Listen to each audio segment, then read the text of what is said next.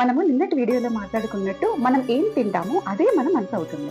సాత్వికాహారం అంటే ఆయుష్, బలం, ఆరోగ్యం, హ్యాపీనెస్ ని పెంచే ఫుడ్. ఆయుష్ ని పెంచే ఫుడ్స్ అంటే ఫ్రూట్స్, హెల్తీ నట్స్ ఇలాంటివి. బలం కోసం దాల్, మిలెట్స్ అంటే పప్పులు, మిలెట్స్ ఇలాంటి ఫుడ్స్ తీసుకోవాలి.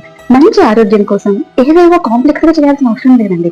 Just stick to with basic simple home food like rice, పప్పు ఇలాంటివి తింటే సరిపోతుంది. హ్యాపీనెస్ కోసం క్లీన్ ఫుడ్స్ అంటే కిచిడి లాంటి లైట్ ఫుడ్స్ తీసుకోవాలి. ప్రీతి అంటే ప్రేమతో వండిన ఫుడ్. ప్రేమతో మన ఇంట్లో వాళ్ళు తప్ప ఇంకెవరు ఉండగలరు చెప్పండి.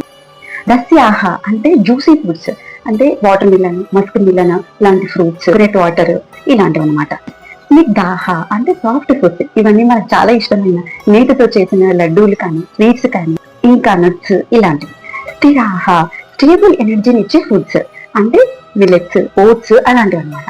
హృద్యాహ మనసు ప్రశాంతంగా ప్లెజెంట్ గా ఉండే క్లీన్ సాత్విక్ ఫుడ్ ఏదైనా తీసుకోవచ్చు. చాలా సింపుల్ అండి. గీత చెప్పేది ఒకటే, ఫుడ్ ప్యూర్ అయితే మన మనసు కూడా ప్యూర్ అవుతుంది.